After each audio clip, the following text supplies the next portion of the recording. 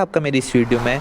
आज इस वीडियो में हम पॉलिटिकल साइंस के मेन जो क्वेश्चंस हैं जो हर एक competitive exam NTPC, SSC, CHSL, AFCAT, air force और यूपीएससी के सभी एग्जाम आईएएस, पीसीएस लेवल तक के में पूछे जाते हैं। अभी मैं बेसिक से स्टार्ट करूँगा, फिर धीरे धीरे अलग अलग वीडियो में धीरे धीरे करके एक सीक्वेंस वाइज हाई लेवल तक का जाएंगे। तो फर्स्ट क्वेश्चन है, संविधान सभा के अस्थाई अध्यक्ष कौन थे? अस्थाई यानी कि टेम्परेरी, स्थाई यानी परमानेंट, और अस्थाई ये दो चीज़ों में बच्चे जो हैं कंफ्यूज में रहते हैं। अस्थाई अध्यक्ष की बात होगी, जो टेम्परेरी रूप से बनाए थे वो है हमारे डॉक्टर सच्चिदानंद सिन्हा, डॉक्टर सच्चिदानंद सिन्हा। और दूसरा क्वेश्चन है, संविधान सभा के स्थाई अगर परमानेंट मेंबर की बात हो तो वो है हमारे राजेंद्र प्रसाद। तो इन दोनों क्वेश्चन में हमें कंफ्यूज नहीं होना है कि संविधान सभा के स्थाई और अस्थाई अध्यक्ष कौन कौन थे। अस्थाई कहेंगे तो सच्चिदानंद सिन्हा और स्थाई कहेंगे तो राजेंद्र प्रसाद। तीसरा क्वेश्चन है हमारा, संविधान बनाने में कितना समय लगा? तो वो सिंपल सा है, 2 वर्ष 11 माह 18 दिन। अब नेक्स्ट क्वेश्चन की ओर बढ़ते हैं। फोर्थ क्वेश्चन है हमारा, भारतीय संविधान का जनक किसे माना जाता है?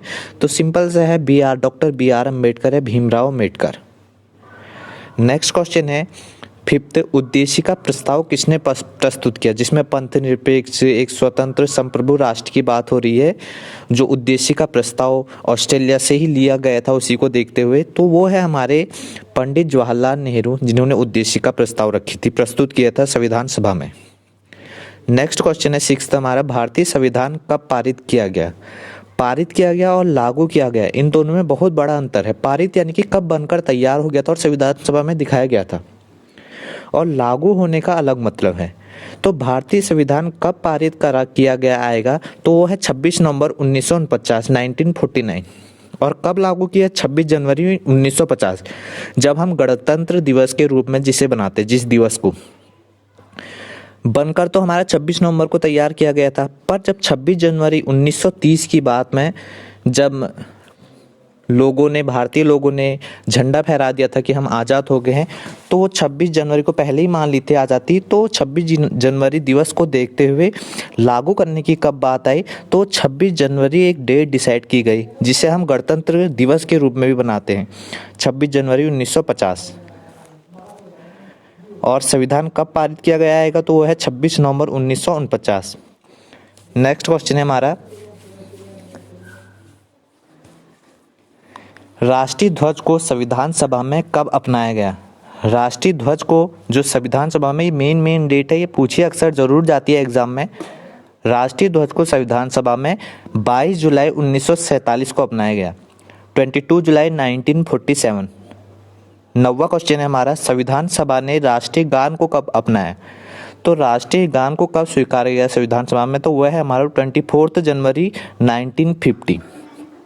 10th क्वेश्चन है हमारा, भारतीय संविधान में मूल कर्तव्य किस देश से लिए गए हैं? मूल कर्तव्य में कि हमें एकता कायम करनी है और सार्वजनिक चीज़ों को हमें कोई भी हानि नहीं पहुंचानी है, पर्यावरण प्रकृति में कुछ नुकसान नहीं करना है, दूसरों के साथ भेदभाव नहीं करना है, मौलिक अधिकार मानने हैं, तो रूस से लिया गया था। नेक्स्ट क्वेश्चन इसी के रूप में है, संविधान में मूल कर्तव्यों की संख्या कितनी है? तो मूल जो कर्तव्य हमारे, जो मैं अभी बात कर रहा था, वो है 11 यानी 11। सिंपल है पर इन्हें हमें याद रखने की ज़रूरत है, स्क्रीनशॉट ले सकते हैं आप इसे। नेक्स्ट क्वेश्चन हम देखेंगे 12th, राष्ट्रपति अपना त्यागपत्र किसे सौंपता है? तो सिंपल सी बात है, उपराष्ट्रपति को ही सौंपेगा, क्योंकि राष्ट्रपति के बाद उपराष्ट्रपति की वैल्यू होती है, तो राष्ट्रपति अपना त्यागपत्र उपराष्ट्रपति को सौंपता है। संपत्ति के अधिकार को किस संविधान संशोधन से हटाया गया? तो वो है 44वें 44। 14वां क्वेश्चन है हमारा, प्रधानमंत्री की नियुक्ति कौन करता है? प्रधानमंत्री की नियुक्ति हमने देखी होगी, कौन शपथ दिलाता है? उसे राष्ट्रपति दिलाता है। और मुख्यमंत्री की बात करें तो उसे राज्यपाल। 15वां क्वेश्चन हम देखेंगे, भारतीय सेनाओं का सर्वोच्च सेनापति कौन होता है? तो भारतीय सेनाओं का जो सर्वोच्च सेनापति है हमारा, राष्ट्रपति को ही माना जाता है। 16वां क्वेश्चन देखेंगे हम, निर्विरोध चुने जाने हुए, मेन क्वेश्चन है इंपॉर्टेंट, निर्विरोध चुने जाने वाले राष्ट्रपति कौन थे? तो उसका आंसर है हमारा नीलम संजीव रेड्डी। नेक्स्ट क्वेश्चन है हमारा 17वां, भारतीय संसद का उच्च सदन किसे कहा जाता है? 3 होते हैं, विधानसभा, लोकसभा, राज्यसभा। तो इन तीनों में से हमारा है राज्यसभा को सबसे उच्च सदन कहा जाता है। 18वां क्वेश्चन देखेंगे, लोकसभा में अधिकतम सदस्यों की संख्या कितनी होती है? तो लोकसभा में अधिकतम सदस्यों की संख्या देखें तो 552 होती है, 552, और वर्तमान में इनकी संख्या है 545। होती तो अधिकतम इतनी हो सकती है, पर अभी वर्तमान में 545 है। तो अधिकतम संख्या कितनी होती है आ सकता है क्वेश्चन, तो 552 होगा, और वर्तमान में कितनी है तो 545 होगा। 19वां क्वेश्चन, राज्यसभा में अधिकतम सदस्यों की संख्या तो 250 हो सकती है, और वर्तमान में है 245।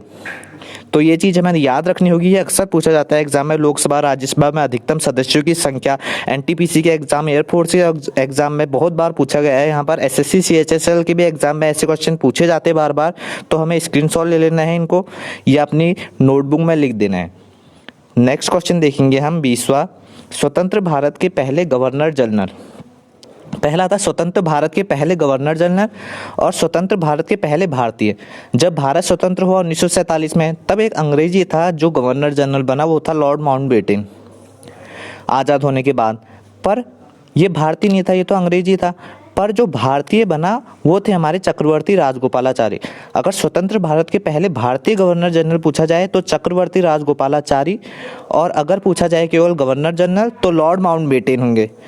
नेक्स्ट क्वेश्चन है हमारा, भारत का उच्चतम न्यायालय कहाँ है? तो वह है न्यू दिल्ली। 23वां क्वेश्चन है हमारा, भाषा के आधार पर गठित भारत का पहला राज्य है हमारा आंध्र प्रदेश। तो जो भाषा के आधार पर जो आंध्र प्रदेश है हमारा, तेलुगु भाषा यहाँ पर होती है, बाद में तेलंगाना को भी अलग कर दिया गया इससे। तो भाषा के आधार पर गठित भारत का पहला राज्य हमारा आंध्र प्रदेश।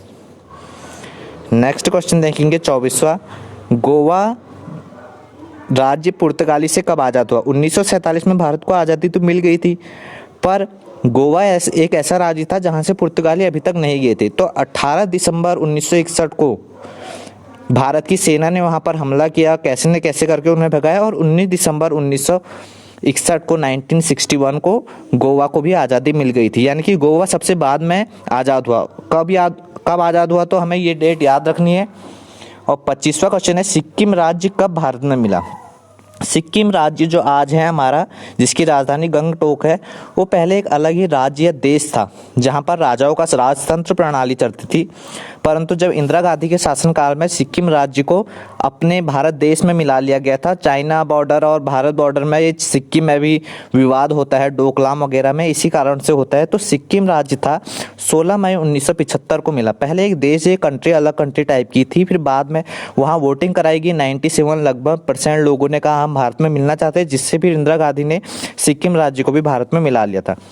तो आज की इसी वीडियो में इतना ही। अगर आपको ये वीडियो अच्छी लगती है और इसी तरीके के क्वेश्चन आप प्रोवाइड कराना चाहते हैं तो आप मेरे चैनल को सब्सक्राइब कीजिए और कमेंट कीजिए। Thank you.